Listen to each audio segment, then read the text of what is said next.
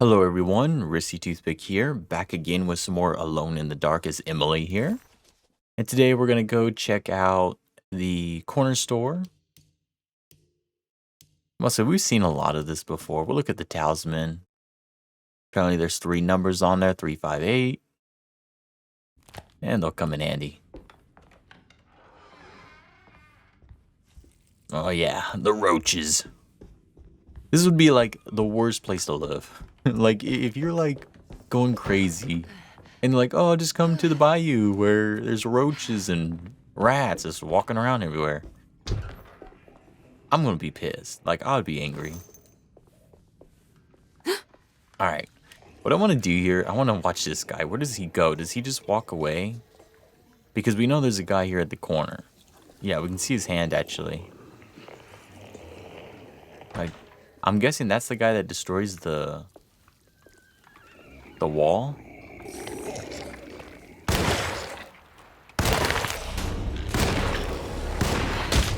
Damn.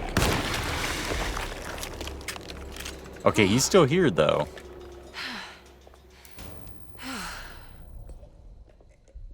Yeah, oh, I'm following him. I want to know where he goes. Oh. He got mad. He got mad. He heard us.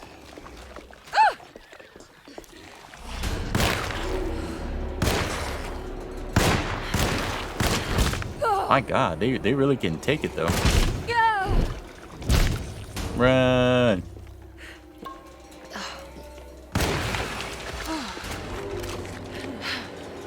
She had killed the horrid thing.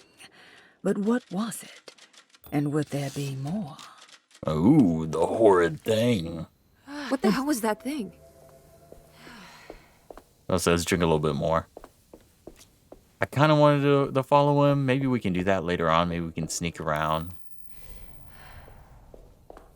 Because I don't know where he goes. I don't know when he pops back up later on. I can't go that way.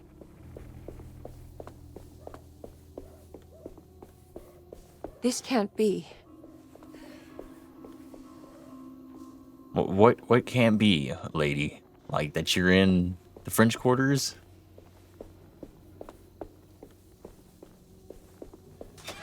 There we go. It looks like there's health, like the health is static in that one. And I think we're good. I don't think there's anything else.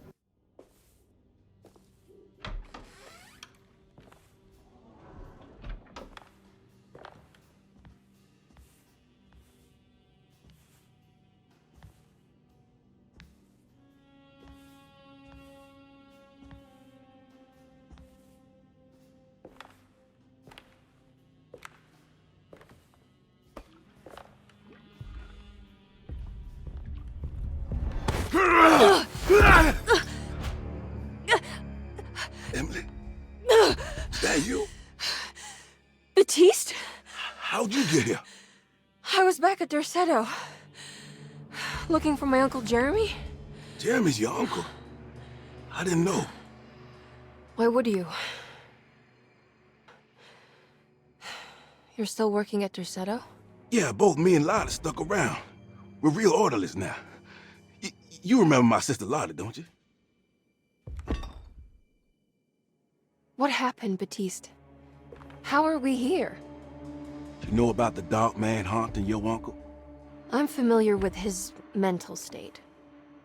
I think we all in his head somehow. Cause these streets are real, but they're not like on any map. Nah, this is like when you remember something, but in the wrong way. Do you know how to get back to Derceto? I'm not safe here. Truer words have yet been spoken, Mrs. Marcus. Don't call me that. It's Miss Emily Hartwood. There's no reason to call me anything else. I'm sorry, Miss Emily. I'm just trying to tell you like it is. This place ain't safe for no one. There's evil hiding in the dark. How do I get back? Only Jeremy knows how. He has this juju necklace guiding him. You mean this talisman? Mm-hmm. Just like it. He says it's been protecting him ever since he got it from Miss Jackson down the street. You know where it came from? Have you been there? I was there no more than 1 hour ago looking for Jeremy. Locked it up to keep the ghouls from getting inside. You can have the key if you want. Thank you. I'll take a look. Stay safe, miss.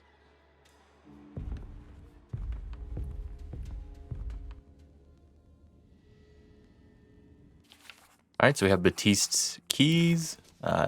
There are 3 keys on the chain, one that opens up to Miss Jackson's place in the French Quarter. Then there are 2 belonging to Derceto, one for the clerk's office and one for the library. We always assume that the long engagement, like this was a good thing, but maybe he died. Or, you know, somehow their relationship just did not work out. We really don't know. And let's talk to him. Are you staying here? For a while. Want to see if Jeremy shows up. And he was definitely more forceful with her than he was with the Detective Carberry. Your sister. She also works at Derceto? Yeah, she the one who got us jobs.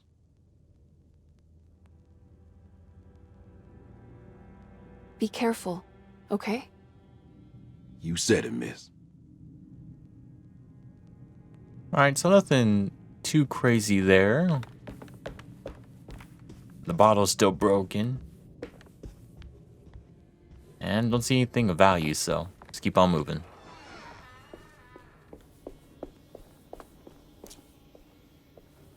I have noticed, like, I feel like this pistol's not that strong.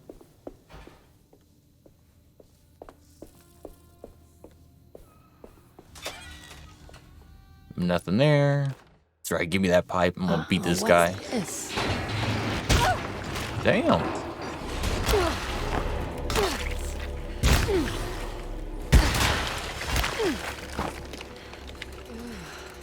Alright, we got him.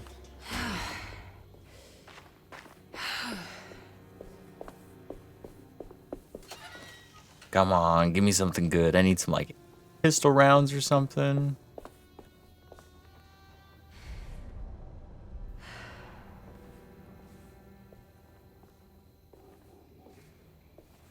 Man, he's really going that way, huh? Oh, come on. Oh, he didn't hear us, though. These guys are pretty blind, though. You have to get, like, real up close to them.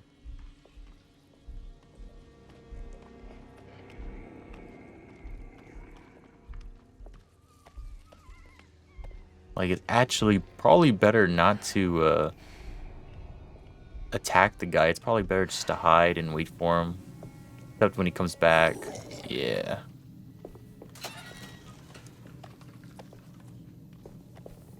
Go around the vehicle. We should outrun him here.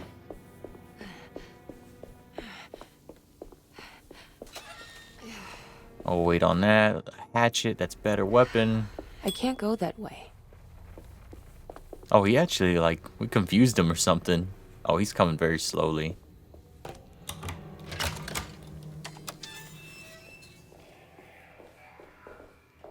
Let's try to hide here. Door's closed, and can he open the door? I don't think so, but he wants to.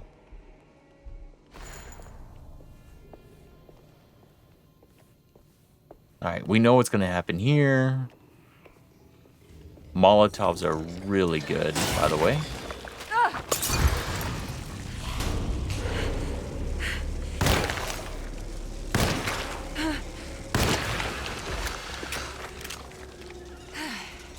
Molotovs will save your life in this game. They do so much damage. We're probably actually better off having them come down, because I think there's one that hides on this corner. There's a Molotov there that we're going to want. Yeah, okay, he's coming.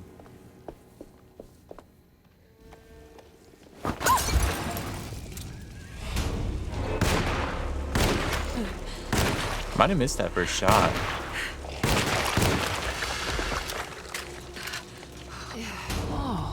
Okay, and after that Molotov, we only have bricks. There is one more guy we have to beat up. We'll probably hit him once with the pistol and then smack him. Give him a little love tap. Okay, where is he? He's like right here. Oh, yeah. He just like literally pops up.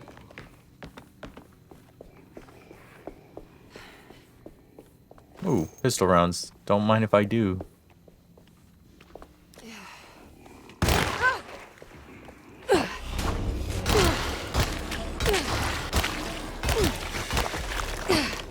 There we go.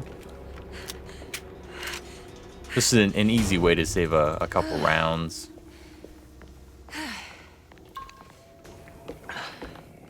I'll say we'll top off.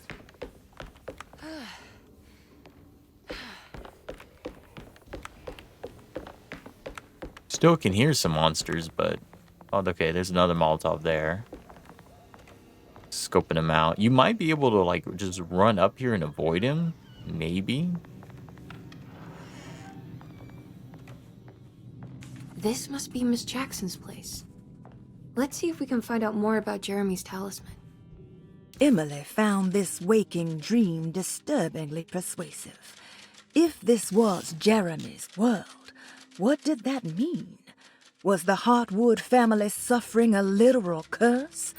Was the dark man, that ghoulish specter haunting Jeremy, an actual supernatural being? Emily pushed her thoughts aside and focused. She needed to find out about the talisman and get back to Derceto. Alrighty. Who is the Dark Man? Okay, that door should be locked right here. Yeah, so let's get our talisman. It looks exactly like Jeremy's talisman. An old talisman shaped over centuries. The engraving of the numbers looks to be less than 100 years old, but the base could be from antiquity? The polished black sunstone in the middle has a glass finish and occasionally gives the impression of hiding a picture within itself. Alrighty, so we got to use it there. We got to do a 358.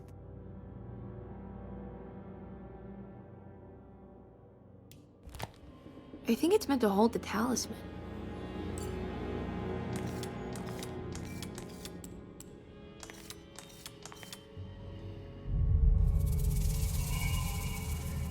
What's that picture in the glass? Where is that?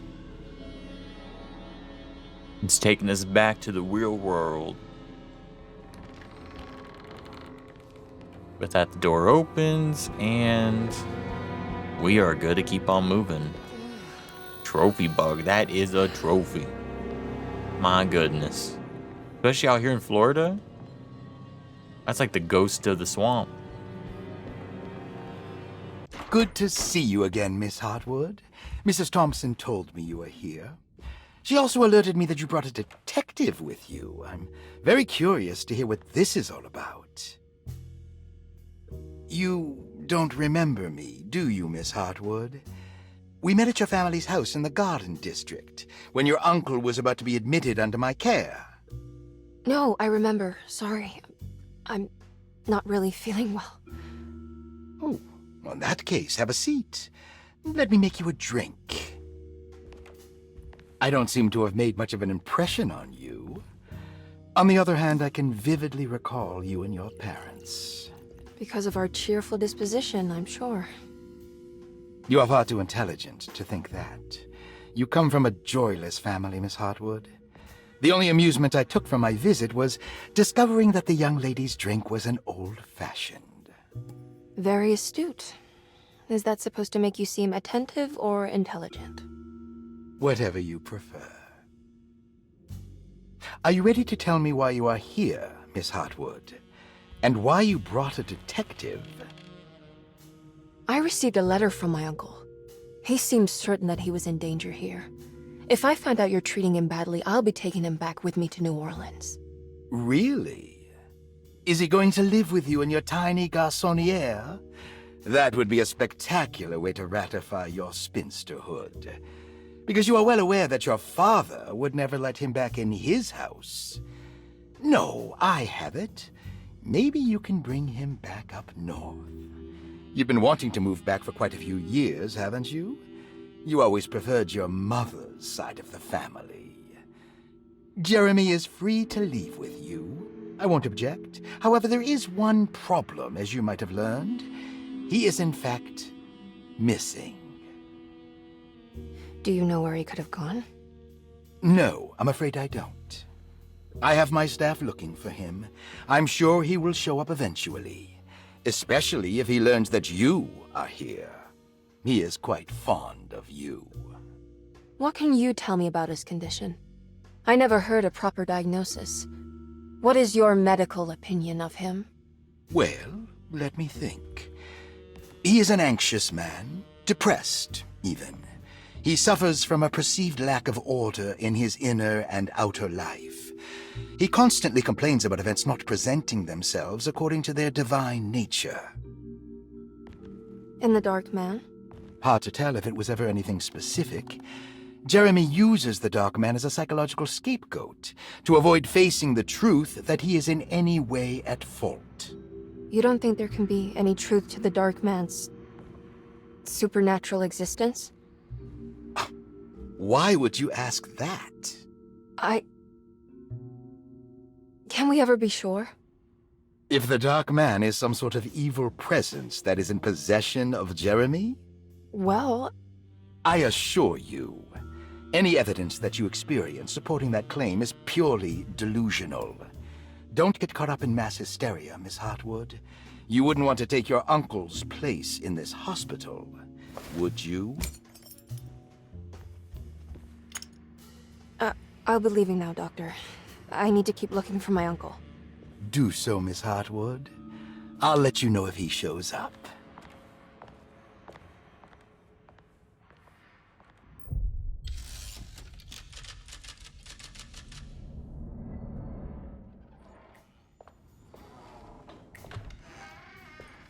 Detective Carnby! God, I'm glad to see you. I was afraid you had left. Me? You're the one who just disappeared. It's hard to explain. I think I blacked out. It was like I went somewhere else. It's okay, miss. You're clearly upset. No, I don't know what's happening. This is a very stressful situation for you, I understand. Ugh, no, you don't Just understand. take a deep breath. Why don't you sit down, smoke some of the Perique? If you want, I could even drive you back to New Orleans. I just want to have a talk with Dr. Gray first. I want to stay. I found a talisman just like the one in the painting. I think I might be able to figure out where Tarawea is, where Jeremy wanted to go. That's great. Just stay out of trouble, okay? Let me handle the investigation. I'm not crazy, Detective. Not yet. Okay, catch you later.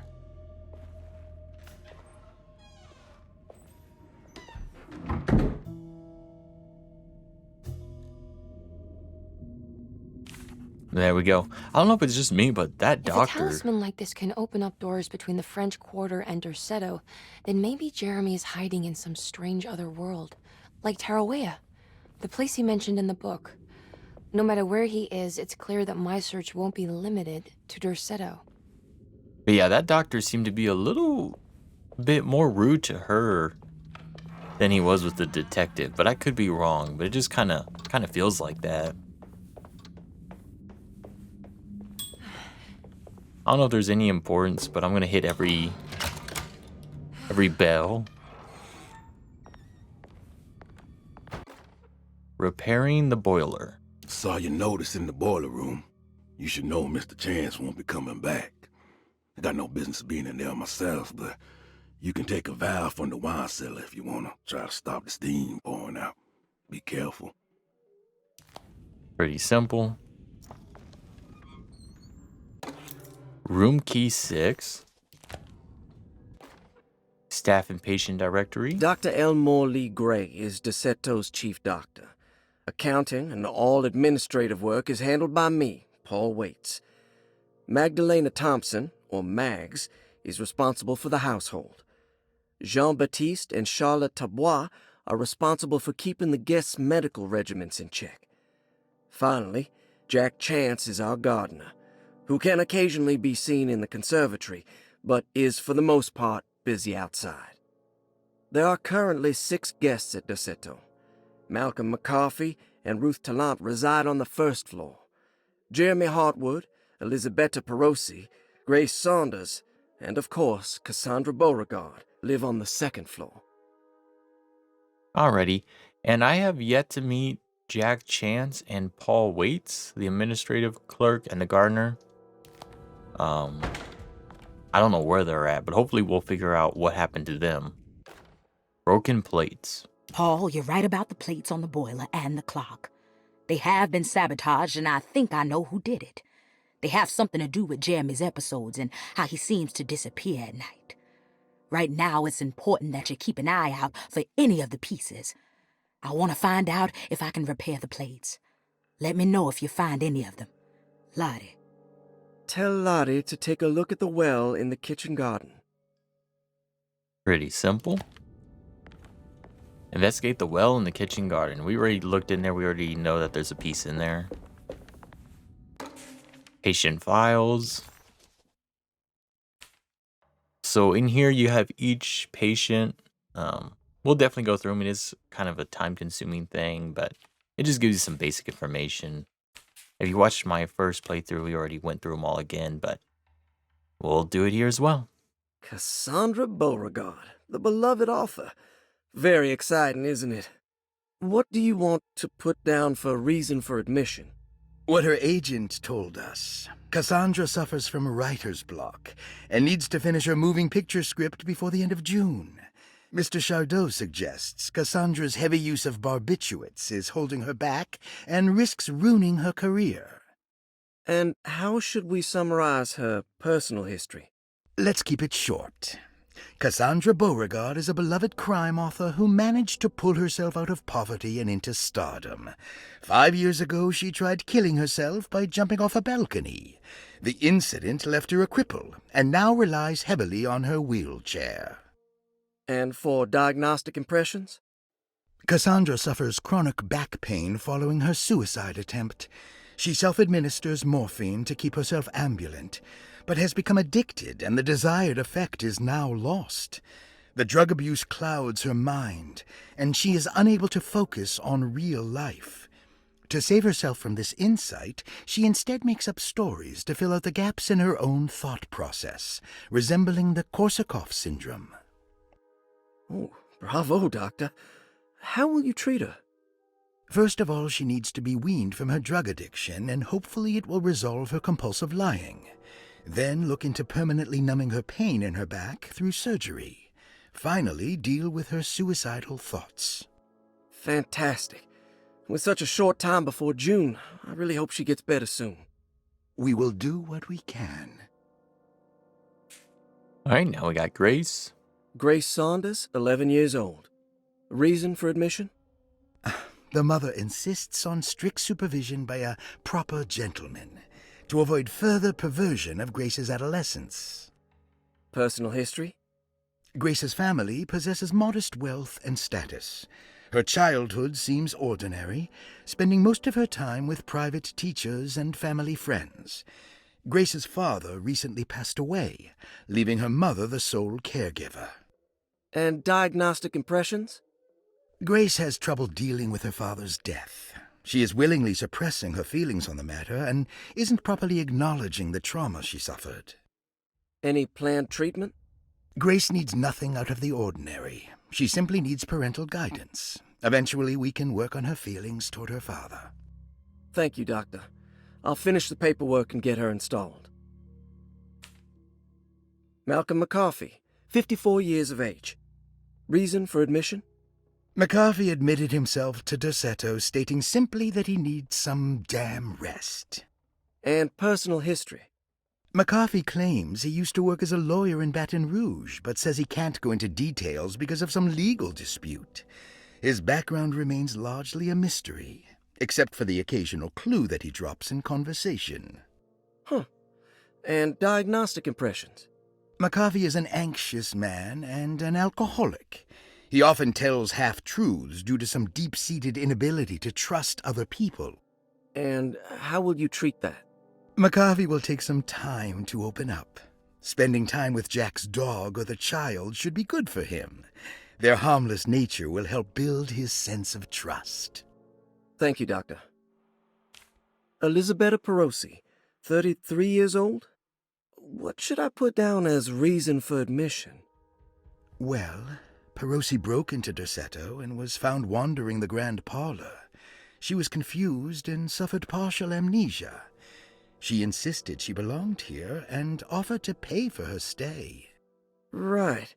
What do you make of her story? Perosi claims to have been a member of the Astarte artist colony some 20 years ago, a claim that seems contrafactual due to her young age. She looks to be and even thinks she is 33 years of age. That would make her a child at the time. It seems fair to say that Perosi's story is untrue, deliberately so or not. Diagnostic impressions? Do you have anything? Perosi's story is peculiar because she retracted her story about the artist colony. She no longer claims to be the same person as Elisabetta Perosi. However, my staff's research has confirmed there was a Perosi at that time who was in her early 30s. I suppose this case will take some time to investigate. How will you go about it? I wanted to contact the real Perosi, but it seems the whole colony disappeared one night. September 29th, 1915, during a hurricane. I will have to take it slow and figure out what this spell of impersonation could have been. Oh, I'm sure it will all clear up eventually. Thank you, Doctor. And there we go. So a couple of patients. We got one more with Ruth, and then we'll figure out later on in the game what they really are or how they really are. Ruth Talon, 29 years of age. Reason for admission? Ruth's father wishes that his daughter be removed from New Orleans nightlife for the foreseeable future. He fears that her overly free spirit is tarnishing the family's reputation. Sounds simple enough. Personal history? Ruth comes from considerable wealth. Her family owns several hotels and restaurants. Unlike the rest of the family, her sense of adventure has taken her around the world, including France during the Great War as a photojournalist. The last decade, she has provoked many rumors of being a debauched flapper, bordering on nymphomania. And diagnostic impressions? Despite her father's frivolous reasons for her to be admitted, Ruth does seem to provide an interesting case. She is refreshingly open and doesn't shy away from talking about her life during the war or her continuous celebration after returning to the States. She is admittedly a sexual deviant and feels no remorse. And her treatment plan? Simply staying at Derceto should do wonders for Ruth. If not, at least for her family's reputation. Ruth doesn't need to change, but with therapy I might be able to share with her some sympathy towards her family. I doubt she will settle down and become as dull as the rest of them, but at least she might try to be more discreet in the future. And there we go. Yeah, a family's... Interesting. It's all the patient files except for Jeremy's. Yes, because Jeremy's patient file has some secrets to him. But yeah, back in the day, you know, your reputation was really big. And you know, there was no Facebook, so the people who knew about you were the people living in your town. So you didn't want to be like the joke. You didn't want to see the whispers. Oh my, what's all that noise? Let me go upstairs and check it out. I do like that sound cue just to kind of draw you in.